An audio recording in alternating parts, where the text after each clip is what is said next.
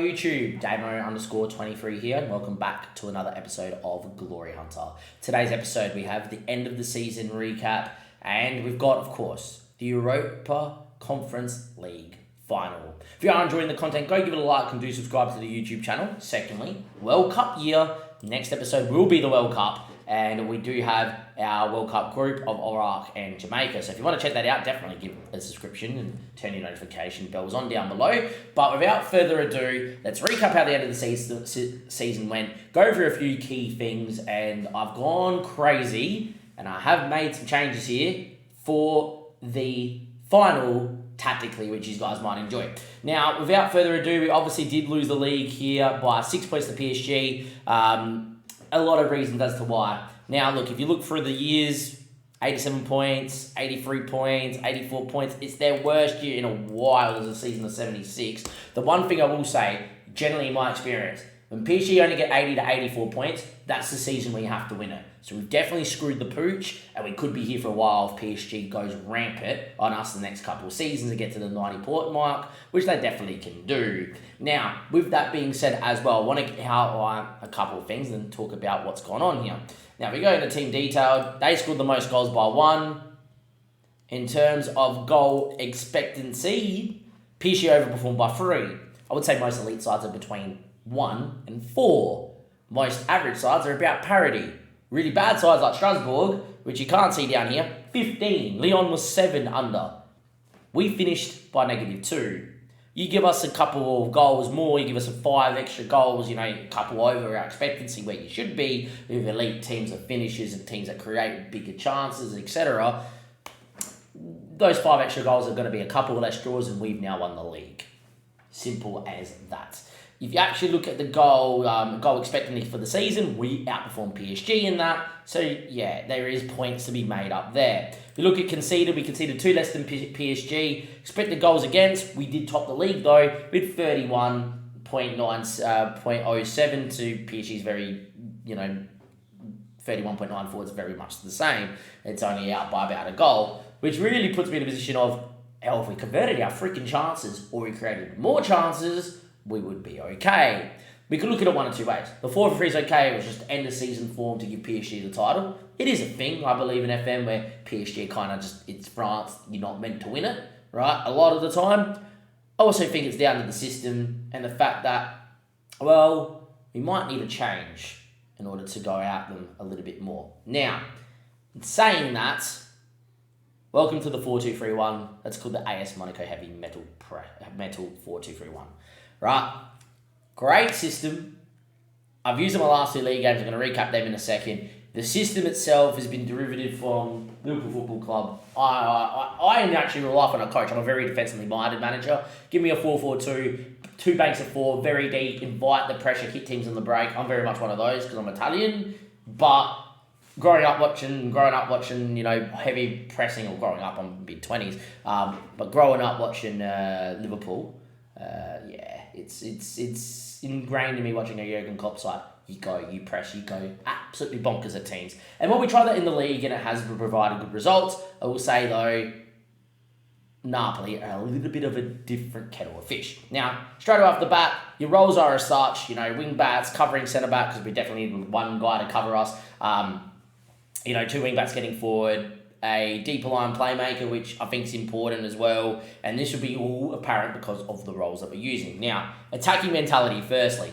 We're looking to exploit the opposition. If we're going to go and win the ball high up the pitch, I want to win the ball, I want to hit teams quickly, exploit the space that they've left open because they're disoriented, because we've won the ball. They're not organised, they're disorganised, as we would say in a coaching term. So that's where you want to hit teams, while they're disorganised. So when we're going and inviting the press and looking to go absolutely bonkers at sides, we need to go out there and go, okay, that's the time to hit them. It does say on attacking, though, if you read that massive paragraph, that if it's not on, the team will look to keep the ball. So we still are a possession-based side as well, just we're looking to go as quickly as we possibly can. Now, this actually provides a few things that are quite fun. We stay fairly narrow to help the press. We pass the ball in the space because we're on attacking, we win the ball, and the ball's ready to be played in space. You go. We do have wing-backs on attack, so when we do decide to slow it down, they can bomb on. We will look to play out from defence because it helps us keep the ball. And then this is where it gets a little bit interesting. Much shorter of a higher tempo. Yeah. Because we're in so close quadrant of space, we're so high up the field, and we're so close together in a narrow system, we don't need to go direct, or we don't need to go slightly shorter. No. Short, sharp passes. You zip it into people's feet, bang, bang, bang, bang, there's the space, off you go. You combine a couple of little passes and there's a ball into the space, off we go. Still looking to work it into the box and create those opportunities, but a big thing that you see a lot of times ticked on is be more expressive. We ticked it off. You might be asking why. Very simply put, if you're an expressive, players roam around. The only player that roams around is Petunia on the right because there's an advanced playmaker and attack, and there's a reason for why he's out there like in that role. And he's the guy that moves into the channel and goes wherever he wants because he's so elite in creating. So let him go create. With that being said, though, what we do is, while everyone else, though, you're not an expressive, you keep your position in your roles. Wing back stays wing back, centre mid stay in their kind of line of centre mid. And what it means is that even though we're still looking to be attacking and go, they're still in a position of, not disciplined in terms of you have to stay in the position to be rigid, but they are in the realms of the shape to help with the press. Now, the easy one is in transition. If we're going so gun-heavy, counter press, counter, distribute the ball quickly with the keeper, generally to the fullbacks or the centre-backs. Roll out's fine. I don't mind if you take shorter kicks either. Doesn't bother me as well. But this is where things get crazy, boys, and this is where you will see, hopefully, in this game against Napoli, where the system goes bang. Obviously, we're looking to press. We're high up the pitch. We're on the halfway line. We're right in the face of the keeper. We're presenting some distribution, much more press. Standard. I'm angry I didn't win the league this year. And I'm annoyed. And, as well, I feel like we need to let teams know that. So, get it stuck in. I don't care if we cop a couple extra cards. And I don't care if we go and break someone's leg by accident. And I do not care if you double foot someone and get red carded once every while. I don't do it every game. But I want to get in the face of some oppositions next season, and in this Europa League final, and Conference League final, I should say, what's happening in the last couple of games. You get in, and it's that mentality of, we're winning the ball, and we're going to do it now, and we're going to fly in, and this ball's ours, and ain't leaving our possession, and this is it. Done. Couple that with, you don't see this ticked on much, step up. That is correct. I've gone brave. We're stepping up. If we're on the halfway line and the ball's there to be won, and it's my centre-back that's going to go and step up and win the ball, he's going. And so if they come into this channel here between centre-back and full-back, I want centre-back stepping on him, full-back stepping on him, winger stepping on him. Go let the centre-mid step on him. I want 4 guys to go press one bloke. He ain't getting out of there alive. I want the ball, and I want it back now, so that when we get it, we hit teams on the break, we have a bit more direct, that much shorter passing, but very directness in terms of the attacking approach. We've got a trap inside as well. Might think, oh, that's brave. Yeah, I want to funnel teams into this press and this, this bedlam of death. If there's a team that sits in a 4-3, which Napoli probably could do because they do play it, and dictate and pass through me, then we're going to cop goals. So be it, because 90% of the time, at least in the league here in France, and most of the time in the cup, we're going to be the favourites. So we're going to outweigh teams in quality. So 90% of the time, I would say, we're going to win the ball back more often than not by trapping teams inside. And when you're winning it inside, and when teams are disorganised, you're winning the ball in the middle of the park. I've got wingers coming inside. I've got an advanced playmaker that can pick the ball up to link. I've got an advanced ball getting in. And we have a shadow striker that is going to stretch the game.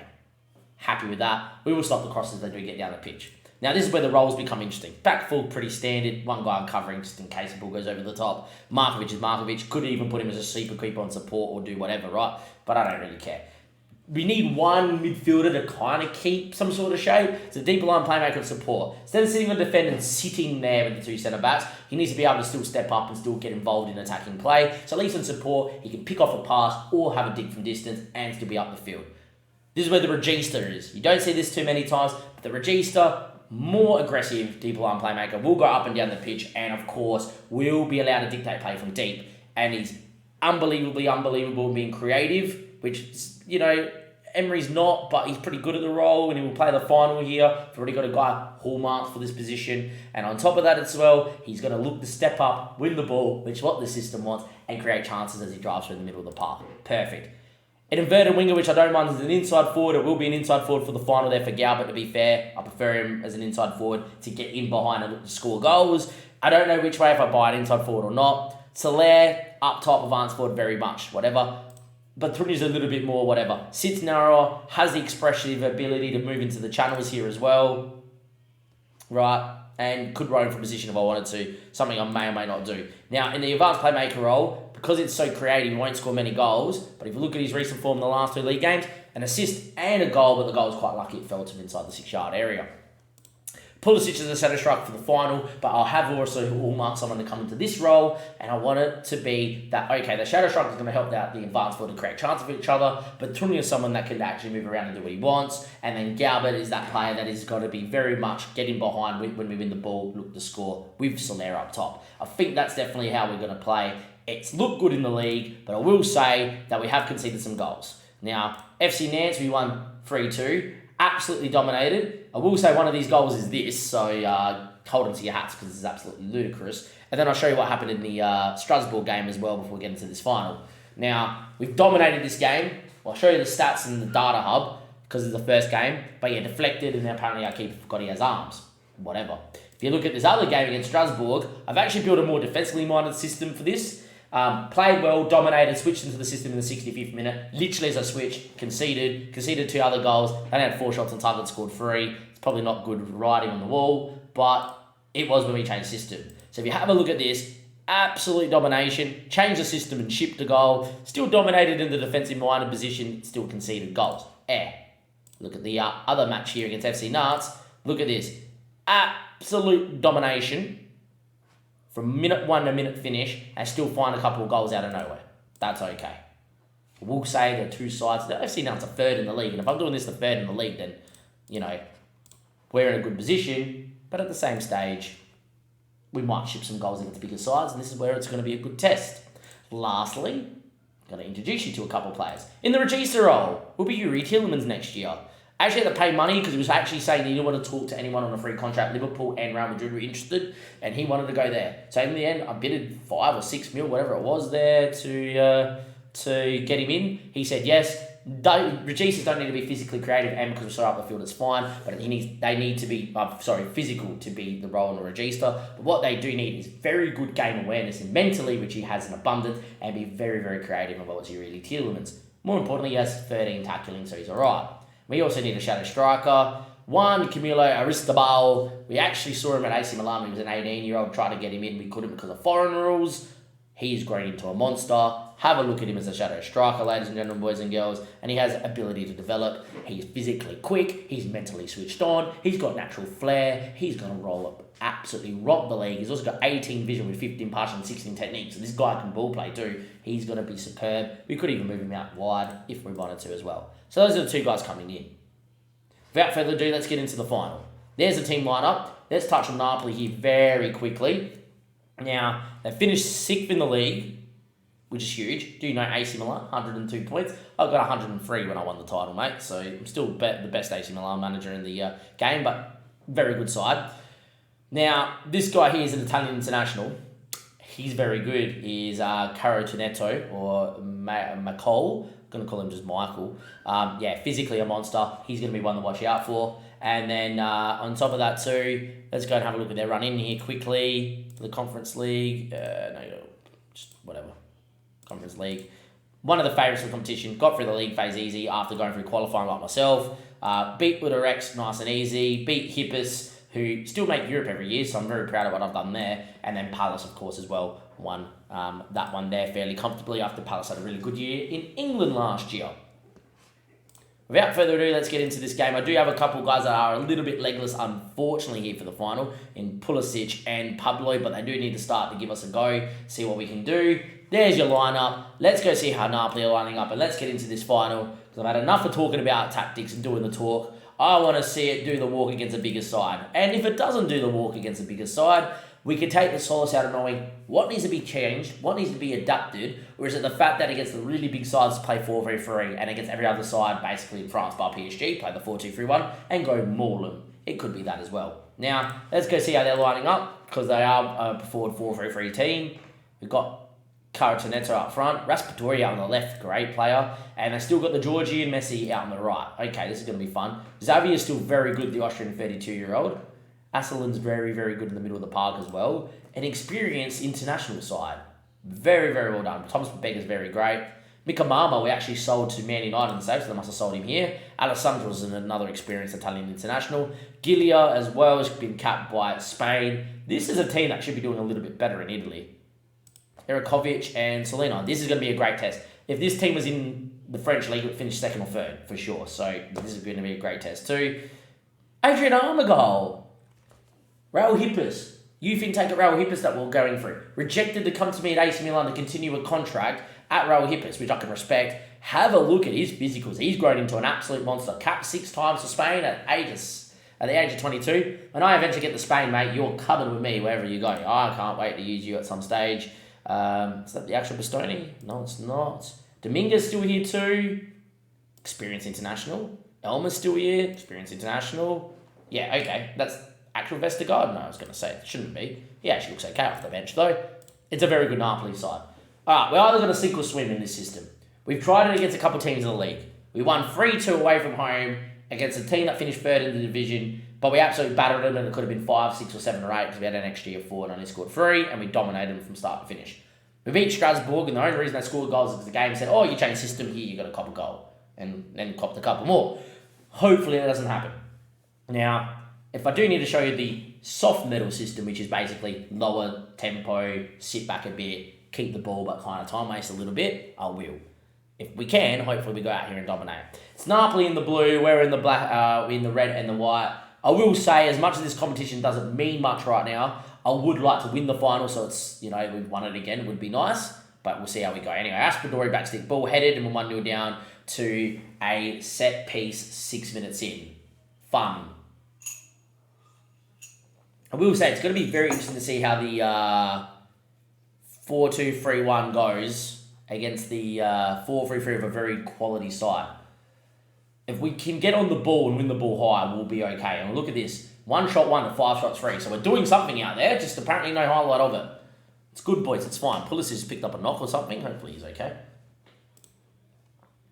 Got to encourage him here. It's been 26 minutes of good football, but not a highlight. Pulisic looks dead. All right, let's see us build from the back here. Still here. Pellegrini. Apparently he's picked up a knock too. Maybe they're out here to hurt us. Emery looks for Soler. Look for Pulisic was the right ball. Galbert picks it up. Over the top, then for Soler doesn't find him. And this is where we can hopefully squeeze him, which would be nice. Force him long, we do. This is where we need to win the ball. And Vanderson does. That's the whole idea. Squeeze him, force him long, and win the ball back, and off you go. Emery. But Trunya gets absolutely pummeled by Mika. And this is where, look at their numbers coming forward. We're in trouble here. Raspadori's in. That's 2-0. Should be 2-0.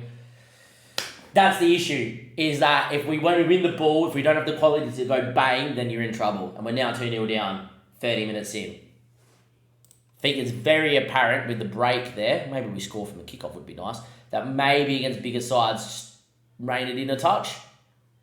And that's something maybe to look at where the 4-3 still does get played. Anyway, but Trunya here dropping in nice and deep, exactly what I want. Vanderson now gets the run of Pulisic. Backstick ball's on, and well, Salino read it very well because that was very free at the backstick and Pulisic just had to find it, didn't.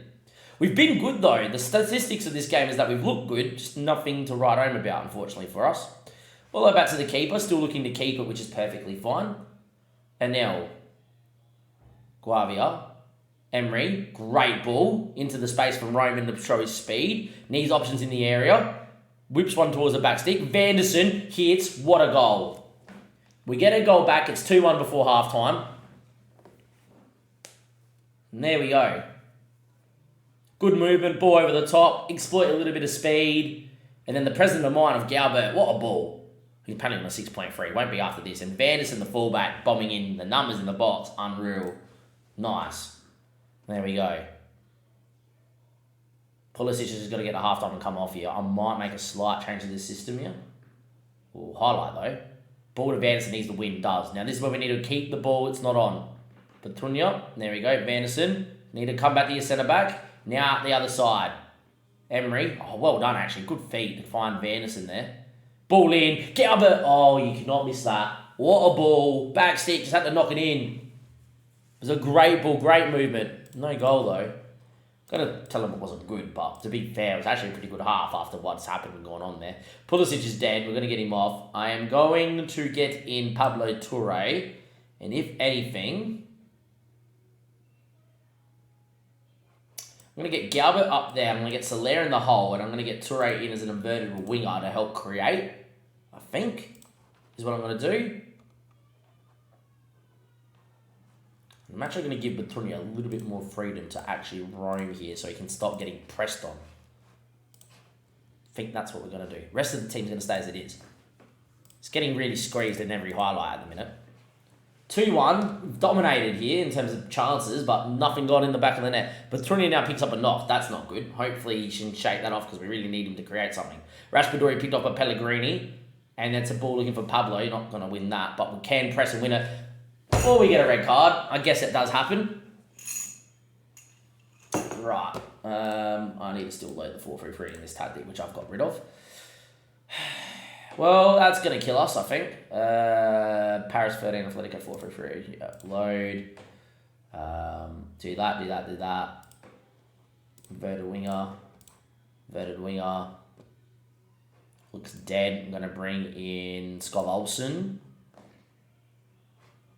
Soler's going to go up top. Emery's going to go into there. And I'm going to bring Goretzka in as well.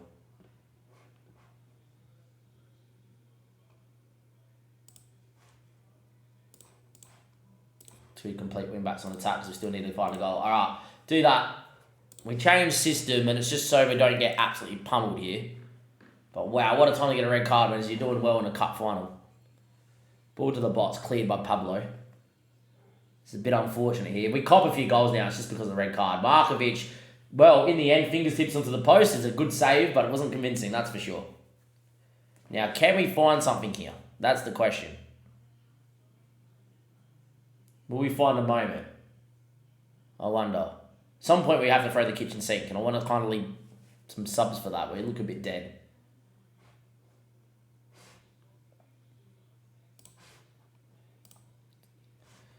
Don't know how we do this now.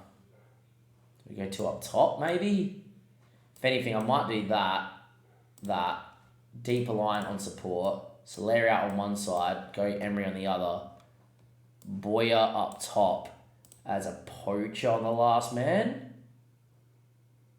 Pressing forward, maybe. Help press the defence.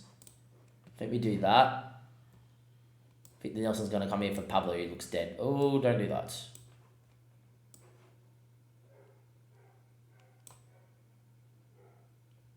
That's all 5 changes. Right. Cup final red card. Highlight. This hopefully is not a goal because I'm making changes. That would be livid.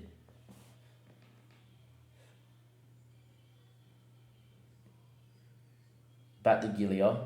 Thomas Pobega. Gilia. Already lost one European final in this save. I don't want to lose a second. Pobega. We don't... Oh, for a second, I think Soler should crunch him there.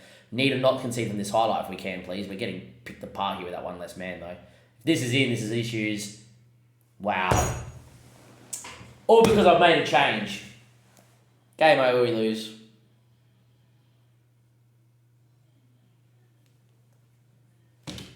All because of making a change. Just a level playing field, FM. Yes, proceed with the changes. A red card's going to cost us. Pellegrini. NL. Goretzka. Pellegrini. You never know, 2 goals in 10 minutes. Does happen. Pablo. Pellegrini. Good ball to Soler. Needs help. Boyer's with him. Ignores him. Has to score. You cannot... And that's been our problem all year. Clear-cut chance. Doesn't score. We need a striker that can put the ball in the back of the net. He's on a 6.1, our striker. 12 shots, 13 shots. Next year, 2, only scored 1 goal. That's been the issue all year. That has been the issue all year. And we lose the Europa Conference League final in a heartbreaking fashion, 3-1. And to be fair, I saw enough in the system to go, okay, against bigger sides, probably proceed with caution. But if you are dominating those sides, you then switch into the 4-2-3-1, which is fine, because we're going to have the players to do that. That's the sort of game where you start, Aristobal out on the left, and then go, okay, you're dominating, moving to the middle. And that's the sort of game where you start Betrunia in the middle, in the free, as he starts now, and then move him out onto the right. And that's the sort of game where you can also go and see how you're going, and then obviously make that change if needed. Definitely think there's been enough promise here. It is very brave of me to go, okay, we're going to go heavy metal in a system you've only played 3 times in a final of the of a cup, of a European final. It's unfortunate. I wish we won it. Unfortunately, it's going to be not our night and not our time. But I thought there was enough promise, and I really want to see up until the red card what happened here. We don't need to watch Napoli lift it. Satisfied with your efforts, to be fair. It was unlucky. The red card really cost us there. So 56 minutes where we need to have a look. Pellegrini's out injured. Still is banned for 1 match, whatever. It's fine. I'll do the press conference in a second. I like doing them for there.